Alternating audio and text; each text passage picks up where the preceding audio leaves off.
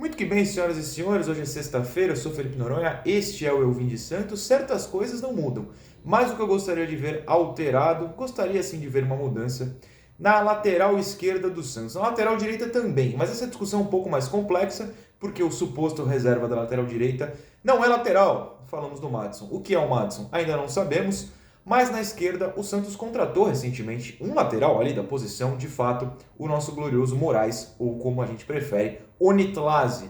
Mas o Moraes ainda não foi utilizado por Fernando Diniz e muitos boatos surgem, a gente ignora os boatos, mas informações também.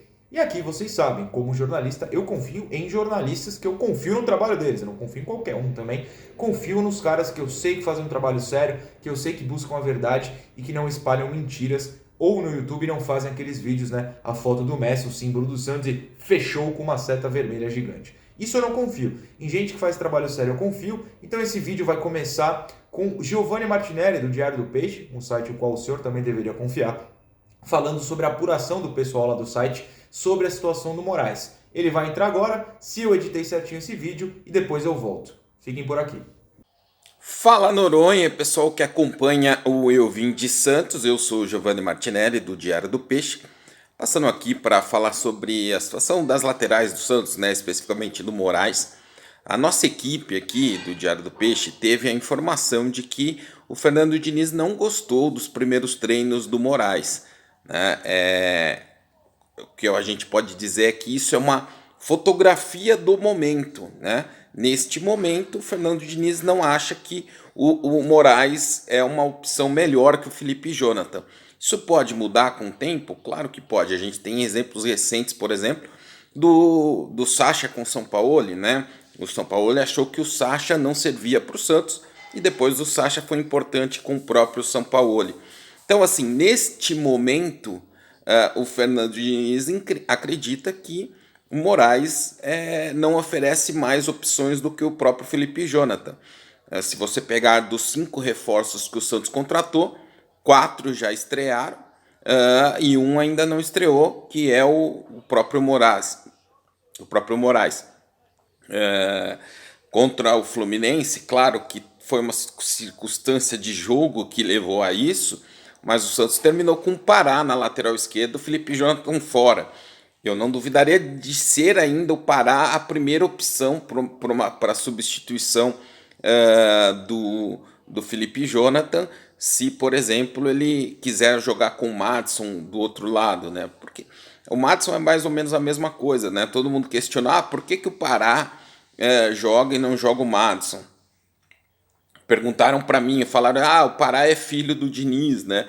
Então, assim, o Pará é filho do Diniz, é filho do Marcelo Fernandes, é filho do Ariel Holan, é filho do Cuca, é filho do Gesualdo, porque com todos esses jogadores, com todos esses treinadores, quem jogou foi o Pará e não jogou o Maddison, simplesmente porque o Maddison não é lateral, né? O Maddison, assim como o Moraes, é um jogador que joga do meio para frente e a volta é muito complicada. Então essa que é a questão. A gente tem essa informação de que o Fernando Diniz não gostou dos primeiros treinos do Moraes. Não foi o Fernando Diniz que pediu o Moraes, né? O Fernando Diniz chegou, o Moraes já estava contratado.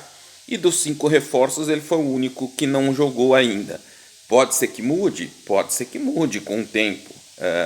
Mas hoje a situação de momento é essa. O Fernando Diniz entende que o Felipe Jonathan é a melhor opção.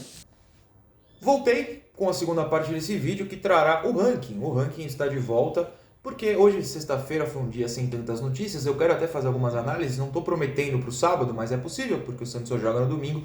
Então aproveitei essa sexta-feira também para atualizar o nosso ranking. Se você quiser ver o gráfico maravilhoso que o Marcelo Anda faz, está aqui na descrição.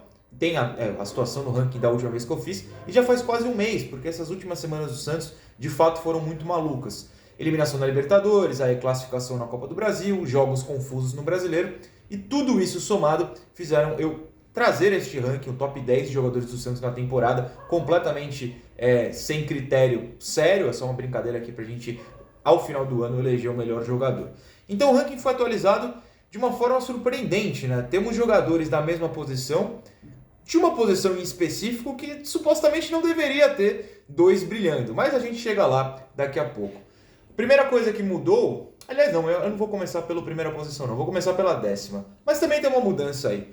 A 10ª posição, se a gente pensar nos últimos 2 jogos, não é muito positiva, mas lembre-se que esse ranking conta também as atuações contra o Cianorte. O Marinho não estava no ranking até essas partidas contra o Cianorte, mas eu coloquei agora na 10ª posição, abrindo o top 10 do ranking, porque ele até jogou bem, principalmente lá na partida do Paraná.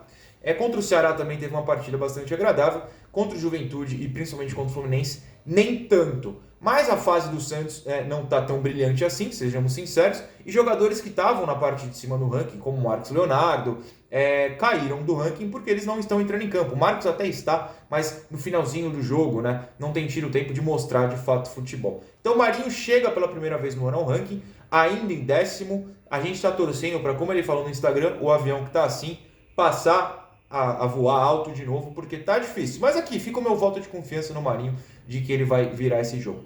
Bem, em nono lugar, um jogador que voltou ontem contra o Fluminense, mas que tinha feito boas partidas recentes antes de se lesionar, que é o Lucas Braga. O ano do Lucas é interessante, né? Lembrando que o ranking é de toda a temporada. Então o Lucas continua nesse top 10, agora em nono, até porque perdeu algumas partidas. É preciso frisar que o ranking conta a temporada inteira porque Jean Mota aparece em 8º lugar, e se o Jean Mota está em 8º lugar é porque em jogos específicos, o mais recente contra o Ceará, ele foi bem. Se a gente ficar só no último jogo, ele foi mal, realmente não teve uma boa atuação contra o Fluminense, mas ele tem jogos esporádicos em que vai bem. E como o time do Santos não está exatamente brilhando nessa temporada, o Jean consegue esse 8º lugar. Bem, em 7º, tem um menino que pouco tem jogado com o Fernando Diniz, a gente gostaria de saber por quê, mas eu acho que as partidas em que ele entrou no restante da temporada ainda justificam sua presença no top 10, e esse é o Ângelo. Fica aqui minha torcida para que ele volte a entrar, a ser utilizado, porque eu falei isso no Resenha Santista, que se você não assiste todo dia, segunda a sexta, 10 da manhã no YouTube da TV Cultura Litoral. Se o Ângelo não jogar agora, ele não vai jogar pelo Santos, porque daqui a pouco, quando fizer 18 anos, eu tenho certeza que a Europa já vai tirá-lo daqui. Bom, 7º lugar para o Ângelo, e o 6º, eu estou olhando a minha lista aqui para ver se eu tenho certeza que vai ser isso. Vai ser sim. Luan Pérez, o Luan já entrou, já saiu, entrou de novo, aí saiu do ranking, agora ele vai continuar com a 6ª posição. Acho que até um pouquinho mais alto do que o necessário, ou do que seria o ideal para o Santos, porque as atuações dele não têm sido brilhantes. Mas ele é um ótimo zagueiro, é de fato bom, a fase do Santos não é nada disso assim espetacular, e ele faz partidas seguras. Então eu deixo aqui o Luan com o 6º lugar. Inclusive ele não jogou contra o Fluminense, né? E vinha de jogos contra o Juventude, o Santos não sofreu gol, Cianorte, o Santos se classificou, não tem por que tirar o Luan. Bom, abrindo o top 5, vamos com aquele começo de história que eu citei, né? 2 jogadores da mesma posição quando só um entra em campo, ou seja, goleiros. John, que virou titular nesse período, eu tô falando que esse período foi muito maluco, né? Era tanta coisa que não dava nem para parar aqui e brincar um pouco de ranking.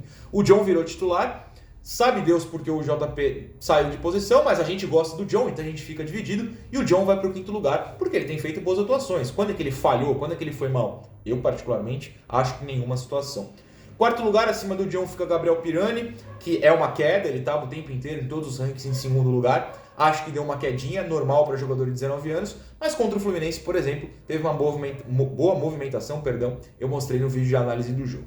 Top 3 é aberto por Kaique, que perde a liderança. Eu falei que ia mudar lá no topo, então o Kaique caiu de posição. Até porque não tem jogado, né? O Kaique foi barrado pelo Fernando Diniz, não sei porque ele em específico foi barrado, acho que o Luiz Felipe tem jogado bem, não entendi porque o Bosa jogou, mas ele também jogou bem, contra o Fluminense, claro, então nesse sentido, tranquilo, o Luan também é o dono da posição ali. Acho que o Kaique poderia ser testado de primeiro volante, tem vídeo no canal sobre isso, é só você entrar, foi semana passada ou retrasada no máximo.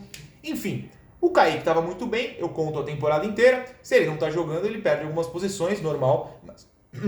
Onde eu estou engasgando, então beleza. Mas fica em 3º por enquanto.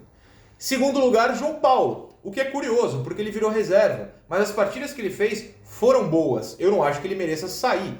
Ele ainda é melhor que o John nesse ranking, no sentido que ele jogou mais vezes, né? O John tem uma tendência agora de passar o JP porque acabou de virar titular e vai continuar pelo jeito. Mas eu não tenho por que tirar o JP também, porque ele não foi mal. Então o JP em 2º lugar. E para mim a liderança fica para Caio Jorge, porque foi o melhor no duelo contra o Cianorte, fez gols naquela briga contra o rebaixamento que foi logo a prévia antes do último ranking, e tem jogado bem, mesmo contra o Fluminense, criou boas jogadas de ataque. Então para mim o Caio Jorge, neste momento, passa a liderar o ranking da temporada do Santos. O vídeo ainda não acabou. Eu falei que eu queria fazer um compilado de notícias, mais um ranking. E a notícia que envolve o Santos ainda, a notícia final que envolve o Santos nessa sexta-feira, é de que não teremos jogadores na Olimpíada, né? O Alisson não foi convocado no masculino, já falamos sobre isso aqui.